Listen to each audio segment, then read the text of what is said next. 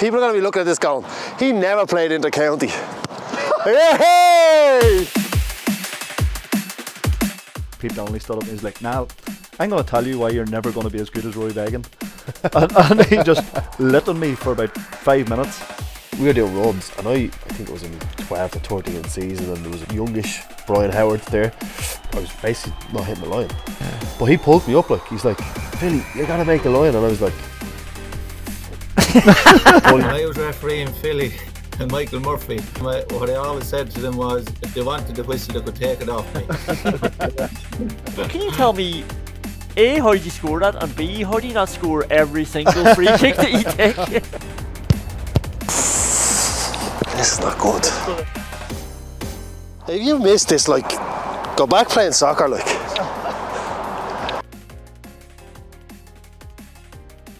And then there was four teams left in the football championship. 3 of us back on the sofas, 2 All-Ireland winners, and 1 man who was playing this weekend. And it is great to have this man on the show. He is an All-Star, a distinguished All-Star. He is by far the best cornerback in Ireland for a goalkeeper. He is by far the best halfback in Ireland for a goalkeeper, and he's also a bloody brilliant goalkeeper. Niall Morgan, welcome to the show. Thank you very much. There could be a few debating that defensive stats, especially the club boys might debate that. I contacted your club manager today, Colin, and I said, "Give us a bit of dirt to Niall Morgan, will you?" And he said, "Look, he's only back from the county scene. He's back training with us, but he'll definitely be really important to us in goal this year." Is that right? Is he going to play it in goal? That's what I would be happy to play goal. I mean, less running. He said your Bronco test was questionable, so you might have to play it in goal. No, I'd be happy enough. I requested to do goals, but he wasn't having it. So what position will he play?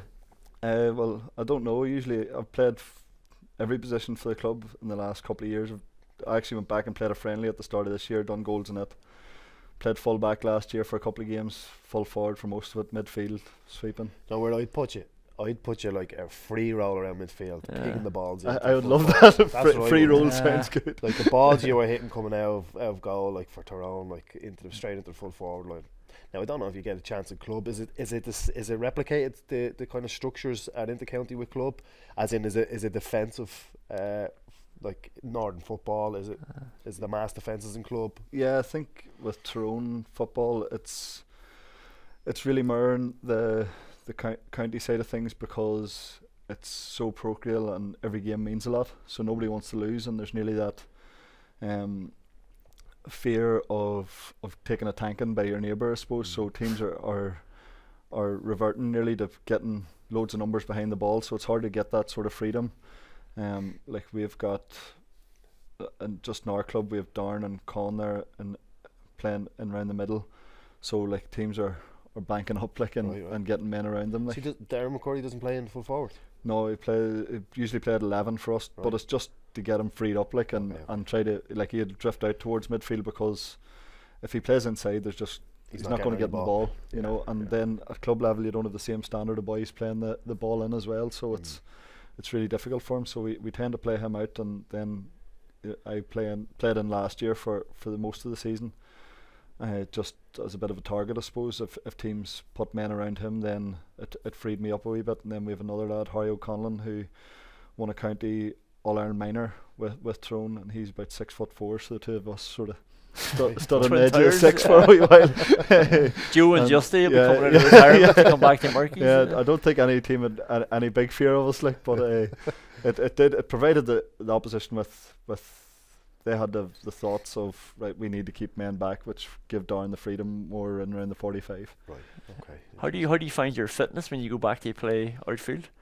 Well, it takes me about 5 or 6 weeks to get any sort of fitness back. Are you not up to like outfield fitness when you're on the No, it wouldn't even be close. The first 2 or 3 months with Tyrone, we'd do a bit of the running, and even our goalkeeping training would be quite high intensity. And then as it comes towards championship, we've a lot of match play stuff, and I'd be standing back quite a bit. So I usually tend to gain weight in around the Ulster Championship and all Ireland muscle. season. It's all muscle. Yeah, I wish. And then go back to the club, and then like I would have to be doing extra runs at the end of trainings and stuff. Oh, to really? Try to catch up with all the boys. So you really enjoy going back to club? Love it. Yeah. So whenever you said doing goals there, my eyes sort of lit up a wee bit. I would be happy enough. But have you took a little break between? No, I like to get straight back into it. So we finished on Saturday and went to Donegal for a couple of nights with my wife and kids, and missed training on Monday night, but I was back last night, so it's probably not a break with wife and kids gone away, is it? You need another holiday after that with kids. So are you like immediately the county guy who doesn't show up to training if you don't show up to training back with absolutely like even if you show up wearing your Tyrone gear, it's like oh, here he comes early. Yeah. Do you play for Tyrone? Yeah, that's what it is. Yeah. Big who shot, are you playing tonight? You play for Tyrone. Who are you playing tonight? Big game. So yeah, like it's just you're back into the club mode and club mentality, and you're expected to always be on it, always lead every session, always pushing everybody on, and sometimes that is tough too, because everybody can have a bad day, or you can show up late, and like Darren is unbelievable at driving standards, like at Tyrone and at club. I'm notorious for being late, as you've known from today. And I just remember there was one night, don't think it was last year, it was maybe the year before, and I showed up and sort of in the middle of the warm up, and Darren said something, and I just snapped back at him, and I was like, you don't know what's going on in my life today. I'd say that's the same. But he was over then after, is everything okay, sort of thing. So he'll probably laugh now, like, because I probably made up a story. So you've just told every club player, intercounty player, to use that now. You don't know what's going on. You don't know what's going on. Well, it's very interesting. I'll give you a quick insight to leadership in the Dublin team. Like, we were doing runs, and I was like, I think it was in 12 to 13 season, and there was a youngish Brian Howard there, and I was basically not hitting the line, and I was beating him to the runs. Wasn't hitting I was on the way back, so I was cheating, like, you know. I hate that. He was hitting the line. Yeah, I was like, I just want to get through this. I'm not having it today. I just want to get through it. But he pulled me up, like, he's like, Philly, you gotta make the line, and I was like, but he was right. And it was brilliant, and it really kept me accountable that day. I kind of thought to myself, I wanted to just hit him a box and say shut up, but he was like, it was great to have somebody like you're saying, you know, someone to pull you up and keep you accountable, to drive the standards. Like, I think that's crucial. But to have it at a club, like, is well, like that is probably the hardest thing whenever we go back, is being like, it's us three to try, and like it's always said, whenever they come back, whenever Niall, Darren and Conán come back, it'll be different. But now we've got a few boys who've sort of really started to step up. We've Conor Mallins there as well. He's our captain this year, and he captained Tyrone Minors to Ulster as well. So like, we've got a real good core of boys that have played for Tyrone at youth ages, and maybe not just for one reason or another made it through. And they're sort of starting to realise now, like, there is a bit of potential here, but we need more than the three boys to be driving it all the time. Like, so who's the standard drivers in the Tyrone team at the minute? We're probably fortunate in that we've got a lot of boys there that do start. Like, Darren is brilliant for it, Myler, Hampsey, McGeary. Like, Petey Hart is like one of the silent ones. Yeah. Like, you just watch him and you know, like, we need to up it here. Matty speaks at the right times and says the right things. I'm the person that can't cope whenever things aren't going right and just goes bananas on it. That's me. I don't expect anything different from a goalkeeper. They're all crazy. Yeah, well, like, I just, if you're not crazy as a goalkeeper, you're not a goalkeeper. I just don't have a filter. Like, if I think something has to be said, like, I just say it, and like, sometimes I apologise for it after, like, but it's like, I just don't understand why boys come to training to go through the motions. Or come to training late or anything like that. I always do let boys away a wee bit of lateness, like, because but like, it's funny because at Tyrone I'm never late. I'm always on time. I might be late to lift the boys, but they tell me 15 minutes earlier on purpose now at this stage. But I sort of look at it like, we're at county level for a reason, so like, don't behave like a club player whenever you get here, like, you know, really you wouldn't do it push it on. Yeah, like, really push it on, and make use of the short window of time, like, because even a county train, you're there for, like, I leave the house for county train at 5:45 and not home to maybe 11, but you're only on the pitch for like an hour and 10, an hour and 20 minutes. Yeah. So it's like, if I'm going to travel all that time, if I'm going to leave my wife and kids at the house, like, don't waste that small window of what you have got, because it could be so important then come later on in the year, and you're only on the pitch maybe 3 times a week, so like 4 hours a week you're on the pitch, but you might be out of the house, you know, the equivalent of a day. You know, and it's, I often think that sometimes as a younger person, and I was there too, obviously you don't really appreciate what the older boys are doing and what they are giving up. Like, there's me and PD now and Paddy. Maddie's just had a child there. Joe Goose has a child. That's incredible. I think that's it. There's no Dublin players with kids at the minute. Really? Oh, sorry. Dean Rock has a child. Yeah. Don't think anybody else has a kid. I think you're right. And when we were playing, there was only Darren Daly and Owen O'Gara. Yeah. That's incredible. There's a good handful handful of. Well, like me, like I've two. I've Christie's 3 and Maisie's 2. PD Hart's got 2 kids and they're similar ages. Jeez. Maybe 3 and 1. Maddie's was born last week, actually. Last Monday. Paddy's wee boys maybe 7 or 8.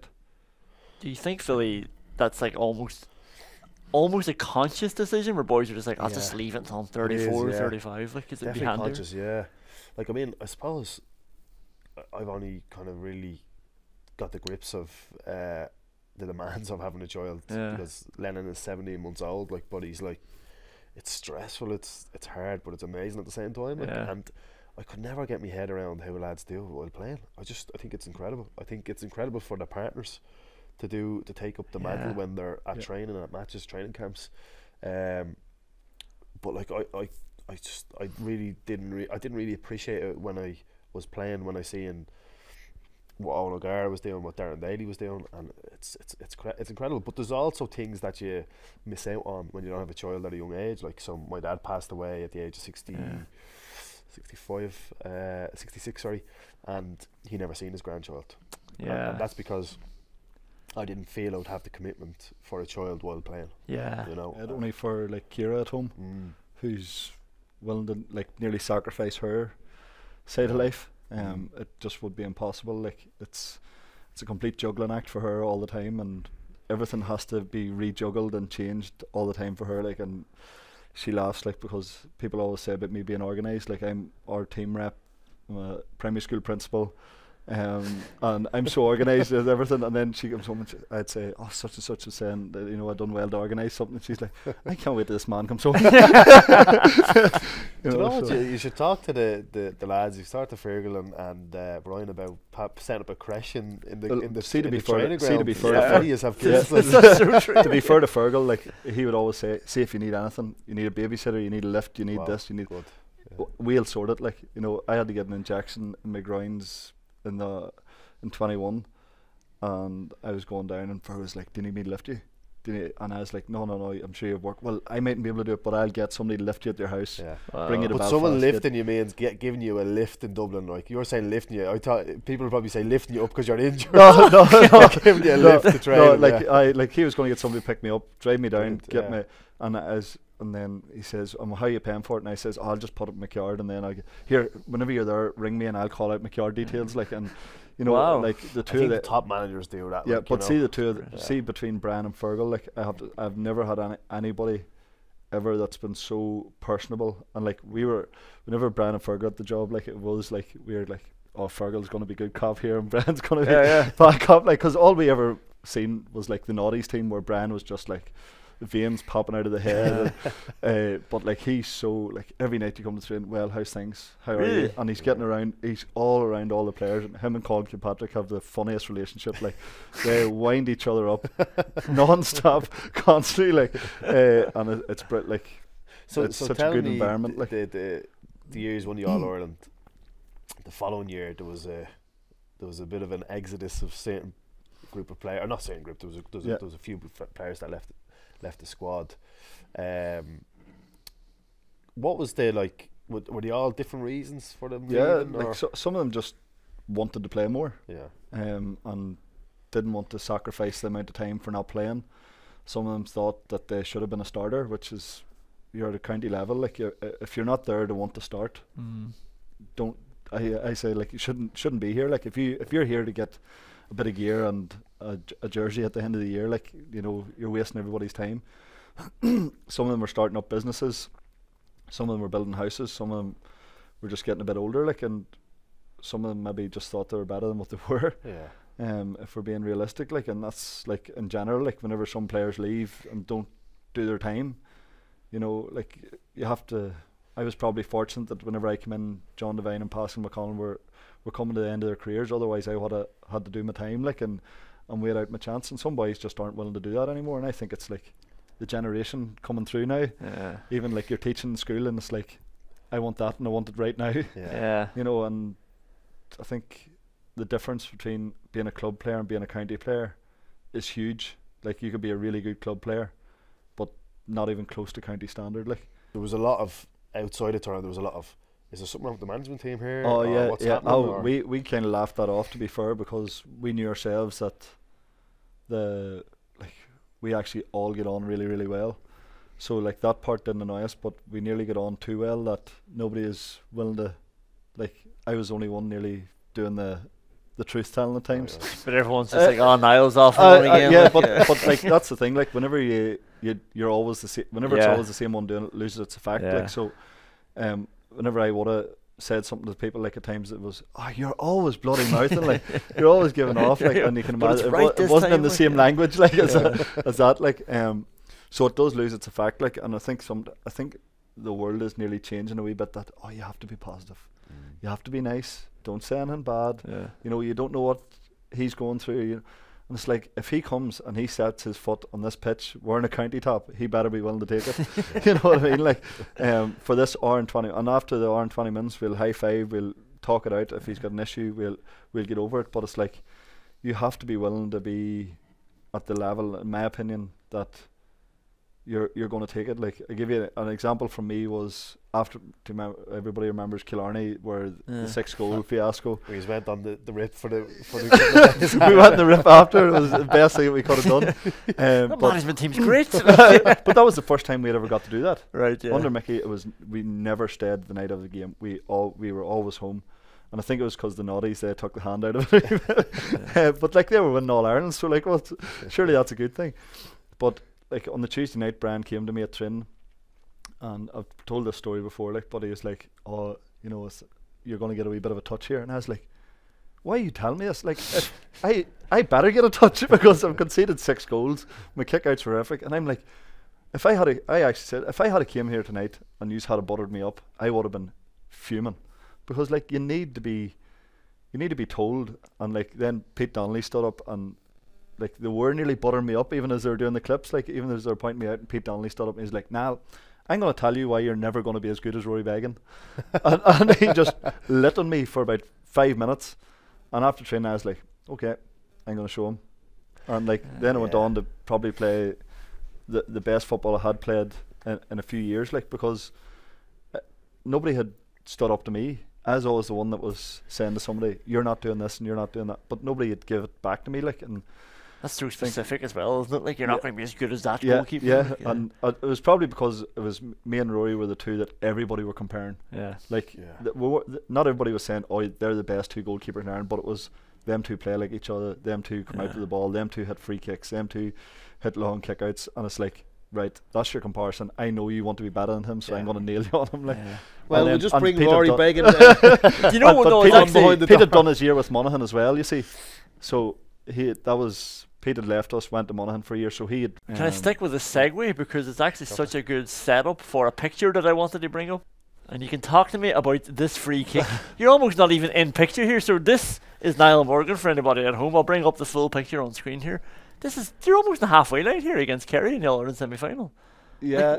Like, can you tell me, A, how did you score that, and B, how do you not score every single free kick that you take? I suppose, like, this was... I obviously in Croke Park you can see the timers, like the time's up. Whenever the free kick was given, I think it was like 37 minutes 50 something. And then Milo was down for a while, and I sort of was like, you know what, like, I'm just going to have pop at this, like. It's a free shot. It's a free shot. Yeah, It's a free shot from the halfway line. I went up and McGeary's holding the ball, and I was like, I might as well have a shot here, like, because the time's up. Yeah. And he was like, "You're not shooting from here." And I can't. That's all you needed then. I can't remember who was refereeing it that day. They were like, "This is the last kick," you know. And McGeary's like, "This is it," and he's like, "Yeah, if anybody else touches the ball, I'm blowing the whistle." So I was like, "Right, I've literally got a free shot." But Myler and McGeary stood the whole way through my routine calling the short kick anyway. I was like, "It's the last kick." But David Moran went to the line. Yeah. And I was like, "Right, kick out, put it on top of David Moran." And that was in my So you head. were taking that free that you were taking the kick out? Yeah, that's not the. I don't do the same run up at all for a a free kick as I do for a free, because So you're saying to me now, to me and Conán, that was a fluke? no, yeah, basically, yeah. Well, have you seen me hitting any more from there? It was like, That's an incredible kick. because that's literally what was going through my. If I can land this on top of David Moran, You have a chance. I'd like at Girvahy, like me and Petey Hart used to laugh about. Like I used to practice from the 65 all the time from Girvahy, up in Girvahy at training, and it was like, if I could nail one of these in a match, I can get an extra 5 yards because of the adrenaline in the game. I'll get an extra 5, and every now and again one of them would go over. And I think Petey said to me at some stage during it, he's like, "It's just like Girvahy," and he said to me after, "I knew you were going to score it." Wow. That made one of us. Who's this trying to block you? That's what I want to know. I Sean don't- O'Shea, maybe? It could have been like, but I don't think he knows where he is on the pitch. like there. if you're hitting a free kick, you do at times see the Yeah. kicker, but this was that far out. All I was Exactly. seeing was Moran on the line, Yeah. and whoever this was for us, I can't remember. They'd go into the square, and the referee blew the whistle, and I was like, "See if he's giving a square ball." That's why I sort of stand as if, did he give a square ball? Ronaldo Nani type of thing. No, but I was like, thank God I wasn't sure, because I'd have probably fist pumped the whole way back to my line. my favourite score that I ever had in my career was against Tyrone, in around that zone, out of my hands. So like to kick that off the ground, like, is incredible. Like I just like, and I think O'Shea did it against Kerry, against Dublin last year, but I don't think it was that far, was it? No, it was the other side of the 65. Yeah. Still incredible So kick, like but that distance there yeah. is, and because you kicked it straight, like as in like it's right in front of the goal. Would you find that easier or from an angle? I hit see Straight. like a straight. Yeah. I'd rather it be either side, like. But Yeah. for that one, as I say, because it was like a kick out stance, Yeah.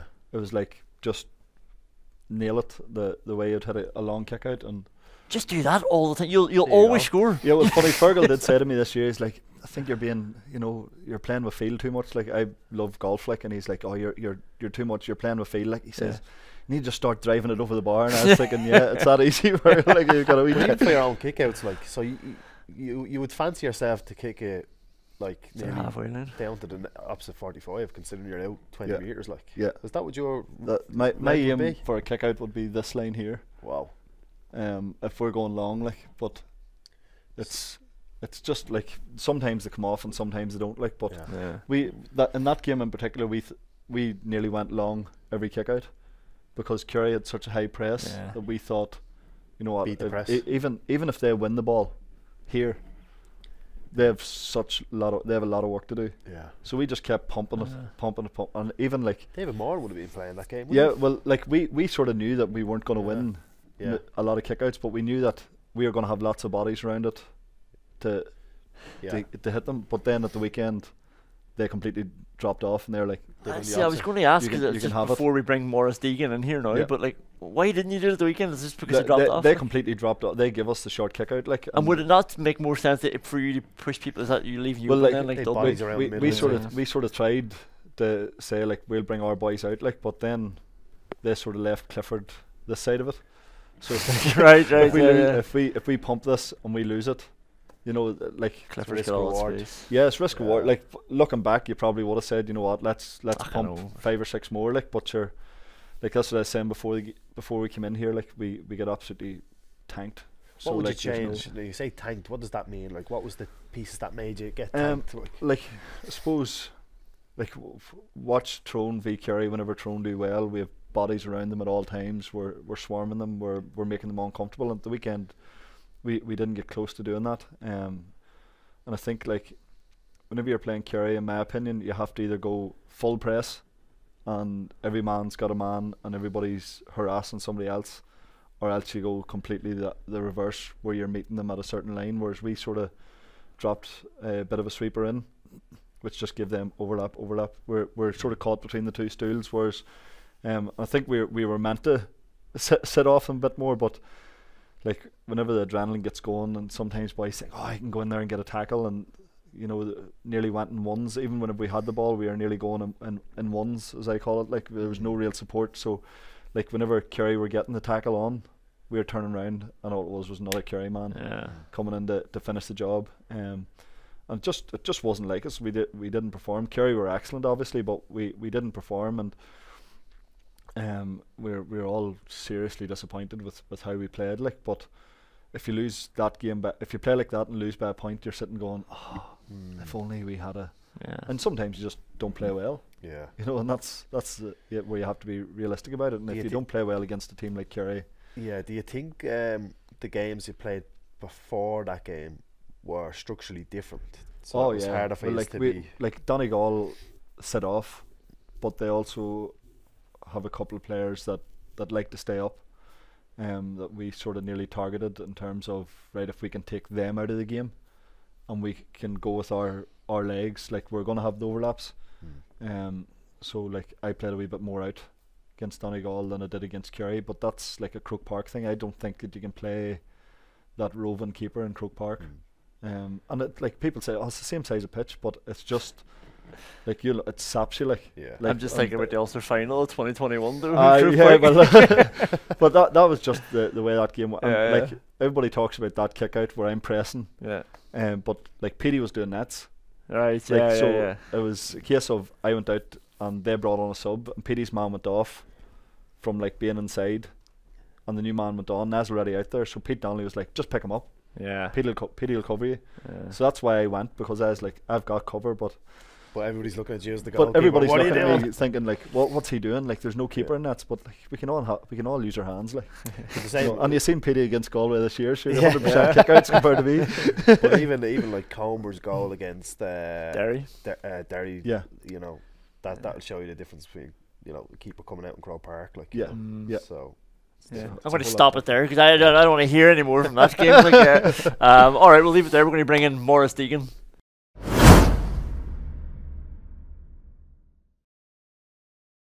Okay, absolutely delighted to welcome to the show. I'm not stretching too far to say a lot of people's favourite referee. It's Mr. Maurice Deegan. Maurice, I'd like to start by thanking you. Thank you for protecting Michael Murphy, for giving the football world Michael Murphy, protecting him from Philly McMahon and his Dublin teammates all around him there. I don't know what they're going to do, and there you are, shouldering yourself in. Look, Colin, when I was refereeing Philly and Michael Murphy, in fairness to them, what I always said to them was, if they wanted the whistle, they could take it off me. Well, half the time it was Philly was looking for a free one way, and Michael was looking for a free the other way. You couldn't win with them. Well, I know which one you gave. I always get with you. You did, yeah, right. I'm surprised now, because when I said to Niall as well, I said that you were coming on, his face lit up. He said, oh, actually, I like Maurice. He's one of my more I told him Maurice is not reffing anymore. No, it's all right. You won't get any brownie pints, Niall. I'm sorry, I'm finished. So myself and Niall, you were on this trip, weren't you, over to Dubai? No. Were you not? No. Abu Dhabi, no, you weren't. There was me, there was Peter Hart, Peter Donnelly, and Colin Kavanagh, and we were on the bus with Maurice, and we came up with a name for Maurice. We were trying to pronounce Colin Kavanagh in a Tyrone, Colin Kavanagh, like we couldn't pronounce it. But anyway, it turned to Maurice, and his nickname was, do you remember the nickname? Martin King. You know, the weatherman. He's the image of the weatherman. You actually look very much like him. He's a massive Dublin fan as well. Oh, so we caught. He looks like me now, don't forget that. I was just raging I never got the chance to call you on the pitch. Alright, Martin King, relax with the free is there. Kieran Kenny called me enough, but I tell you every time we were playing. So will we get into some of the the juicy bits that we have for appreciating. Well, there's one that I want to start with anyway. And it's from the Mayo Dublin game at the weekend. Maurice, I think everyone was sort of talking about this. The pick off the ground. Did Jordan Flynn pick it up off his knees? Did it hit the ground? I want to know, why did nobody just go back a split second further and ask, did Lee Gannon foul him on the way down? Is that why he ended up falling and brought the ball down? What was your take on this one? Well, really and truly, everyone was just looking at why he disallowed the goal. And when they showed the replay, it was whether he picked the ball off the ground with his knees or not, which technically is a foul. And like, to be fair to David, he wasn't too far away from it. I think he was only 5, 6, 7 yards away from it, so he called it straight away. So whether the ball hit the ground or not is open to interpretation. But for the letter of the law, you can't really pick the ball off the ground. Technically, it was a free out. Yeah. That answers your question now, Colin. But Philly's going to come with another one. Very politically answered, yeah, very well answered. But like a referee, and like we're looking at a screenshot here, right? Yeah. But in fairness to Goff, like you're not going to be able to know if that ball bounced between his legs. Yeah. So it is a free. In my eyes, in that moment, if you're in the referee's eyes, that's a free out. Okay, whether it bounced or not, I'm saying. Yeah. If it bounced, it's not a free out. If it bounces, sorry, if you're in the referee's eyes right there and then in that moment, I don't think you're going to be able to differentiate that ball bouncing between someone's legs. So I can free out. I do agree with your point though. Yeah. I possibly think there was a free before that. Yeah. Or a penalty. A penalty, sorry. Yeah. It would have been a penalty, yeah. Because that's the thing, it's so funny that everyone was then debating about, like, it actually worked in David Goff's favour almost, because they were going like in and I agree with you, it's like, we can't see, like, you can't make that decision that quickly, whether it's skimmed the ground or not, but everyone forgot about the reason that Jordan Flynn was down there in the first place, because he was through. It was windy today. It was yeah. Cornerbacks never fell. So, I want to talk to you about... there was a clip of me a couple of years ago where the ref was mic'd that I didn't know he was mic'd, and I was saying to him, it's always the defender gets thrown up, you know. And there was one incident in the Kerry Tyrone game where Paddy Hampsey was Paddy Hampsey, wasn't it? It was with David Clifford, and you could see that the two of them are at it, like, so at that stage, like, there's kind of a little bit of common sense, like the two of you are at it, but generally would you say that there's a more of a biased this is where my biased defence comes in, there's more of a biased decision around the forward getting the benefit of the doubt there on the basis that there's two umpires generally looking at the defender fouling there? Not necessarily, Philly, because to be fair, like, the forward could instigate just as quickly as the defender, because going back to your point there, David Clifford is like, he's well able to mind himself, do you know what I mean? So, like, and if he feels that he can get a free inside and maybe get a reaction from the defender, well, he's going to test that boundary, do you know what I mean? So I wouldn't agree with you that it's always in the forwards, we'll say, percentage as regards getting the free. Do you know, there's a bit of both always. Like, I could name 4 or 5 forwards that are no angels, do you know what I mean? And would have always tried to draw the free as such, we'll say, as you said, from the umpire or the linesman, but mainly from the umpire if it's an off-the-ball decision. Yeah, I think... I think Clifford is brilliant at it. I don't know if you've noticed anything in terms of Clifford's movement, but his separation is excellent. Like, he'll use his hand, cross your face, cross your body, just to get that little bit of separation for him to move. And this particular incident, because I'm honed in on the defence, when I'm watching the game, it's very hard for me to watch the actual game as a spectator. I'm watching Clifford, I'm watching Hampsey, and I see him, and the referee directly goes in and says, right, who's going to be fouling there? It has to be the defender. Like. Yeah. So, and then if the ball is coming in this way and the two players are facing that way but the goal's behind them, the umpires are just seeing possibly the defender here, like, you know, not the separation and then the push off or whatever it is. Yeah. But as a goalkeeper, do you see, you know, any bias towards a forward or defender? Or? Always bias. Look, I suppose, like, we're look, I'm not going to say the defence are angels in it. There's obviously that aggressive side of things, but it does seem to be a lot of the time, like, as umpires, you'd know yourself more, so you're getting your umpires nearly to relay the message to the players through myself or whatever. And a lot of the time it is, you know, tell number 5 to stop holding, tell number 3 to stop holding, and you're sort of saying like, who's relaying the message to the forward player then?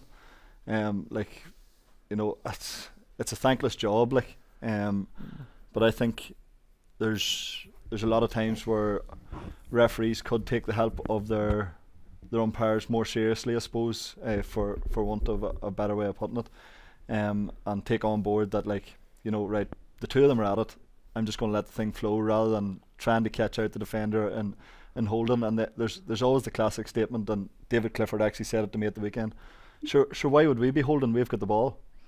You know, like, yeah, we know why you're holding, because you're trying to engage the defender to hold you back, and then you're going to run away and draw your foul. Like, so it's I think there's, like, some referees are really consistent in their approach, where, right, two boys are at it here, we're going to let it go, we're going to let them play.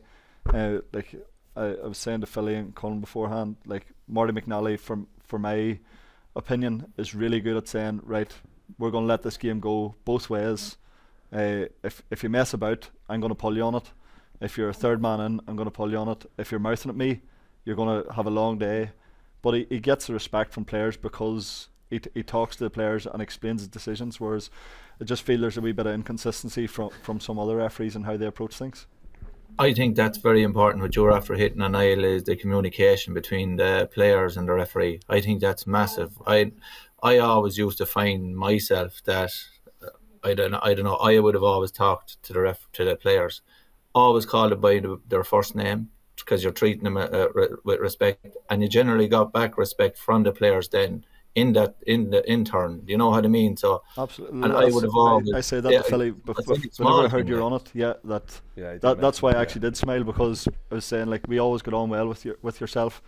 You always talk to in a respectful manner, and, like, there's the whole thing around give respect, get respect, but it is a two-way system, in that if you approach the referee with respect, then you get it back, and likewise the other way around. And I think, again, there's the inconsistency to that model of approach at times, and you get caught out by it. By, you know, everybody has times in a game where the tempers are raised a wee bit and the adrenaline and stuff, and I think at times there needs to be an allowance for that as well, and that, okay, like, that's a big moment in the game, he's got a wee bit excited there, but I'm going to talk to him, calm him down, and we'll get the thing back going.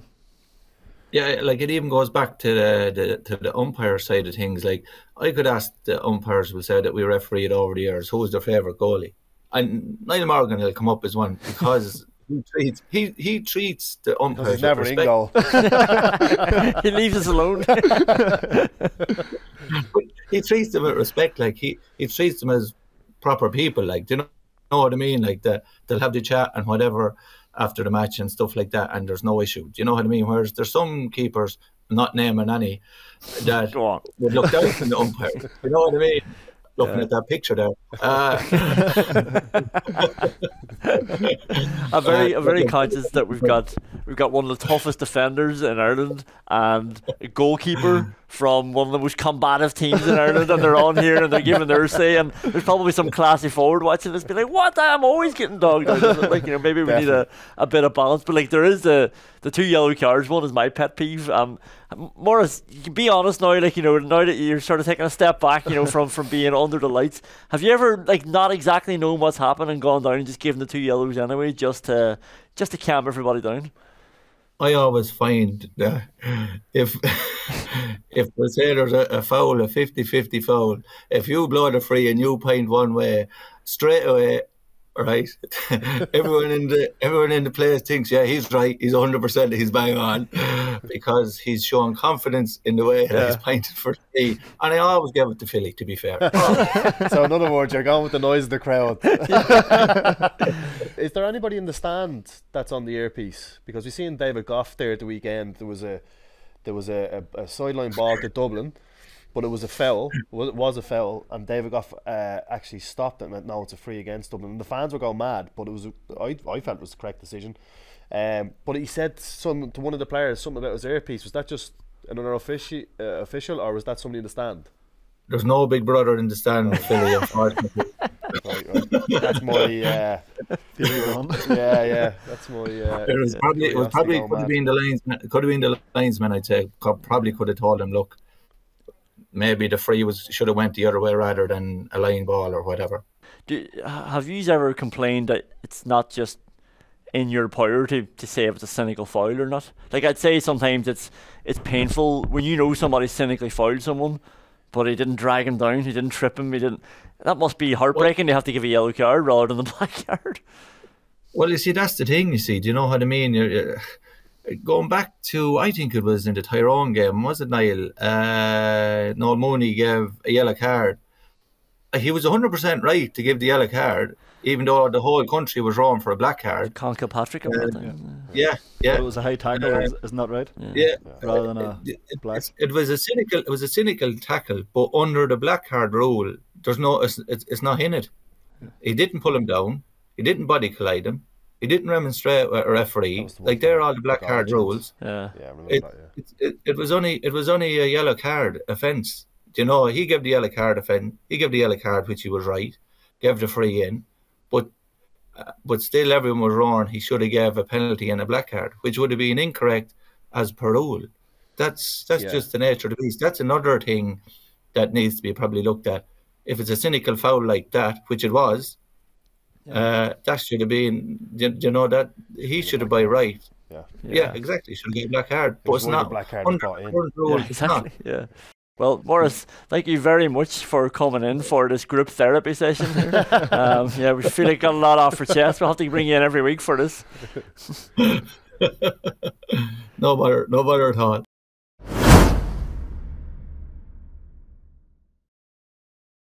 So if I drop kick this and miss, I get another shot, do I? Because it hasn't really started.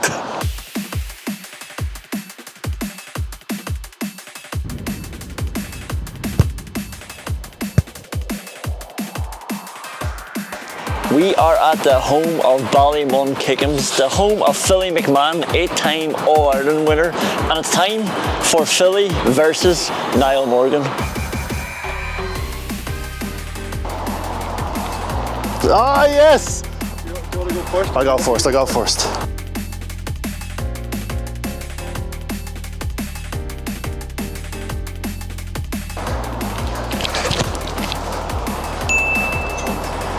Easy one. Inside.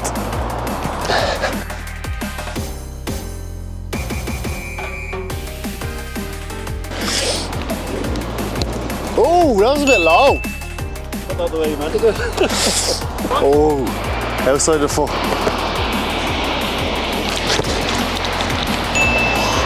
Close. That was close. Oh, look at it. You're really making a show of me. 2 years of retirement. For fuck's sake. Yeah, go with the left. Stay in the game.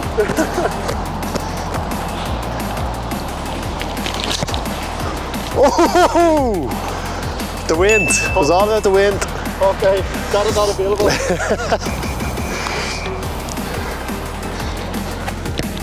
Oh! Am I the winner?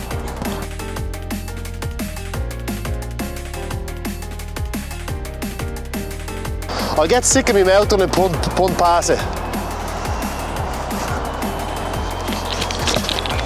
Oh! That was a trial.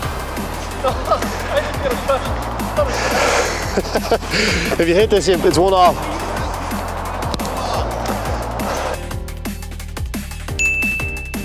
Punt with the left, my God. Oh no, you can't go straight to punt with the left. This is gonna look terrible. Oh, Jesus. People are gonna be looking at this going, he never played inter-county. Hey! Yeah, so still 1-all. Drop kick with the left, I'm gonna go.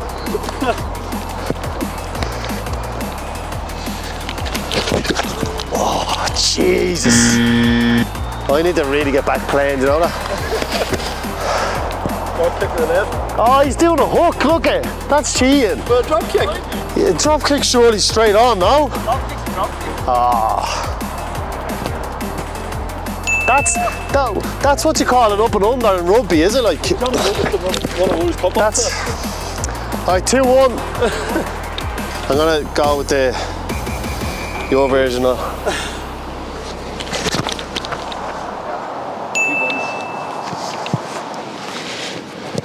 Ah, stop showing off. Outside of the boot to the left. This is not good. For the equaliser, you need to score and be missed. Right. Oh, yes.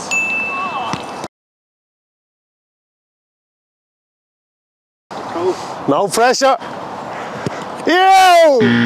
That's a draw, is it? Draw, yeah. I think we'll have to go to 45. One shot each. Alright, 45 metre, sudden death to see who wins. Straight run or a bit of an angle? Oh, we got an angle. Get the foot turn.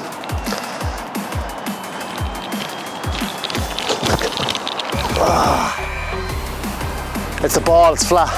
It's flat. I missed this, I'm in for it, aren't I? If you missed this, like, go back playing soccer, like.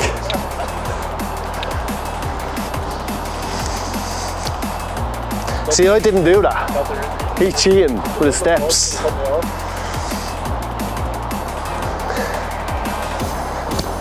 Ah, look at that. That's satisfying.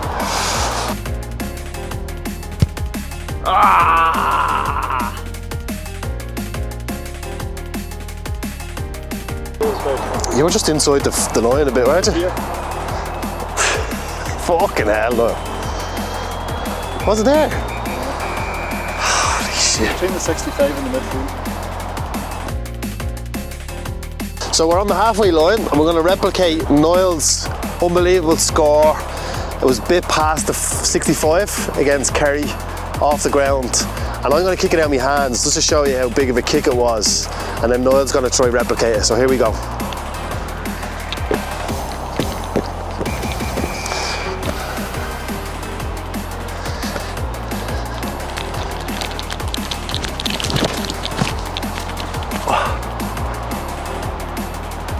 It didn't even make the 20-yard line, like, it's some distance.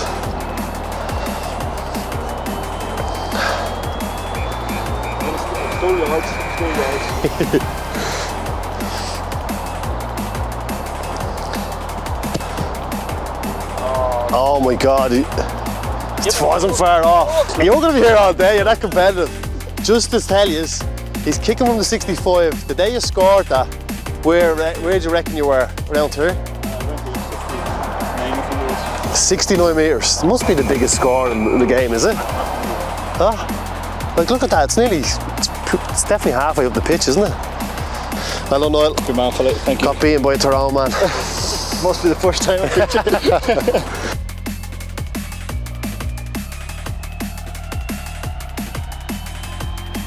There we have it. Philly is now 2-1 down in Philly versus. He's lost his Dublin ladies. He's now lost to Niall Morgan. The only person he can beat in this game is Roddy Collins. Thanks very much for watching. We'll be back next week ahead of the All-Ireland semi-finals. See you later.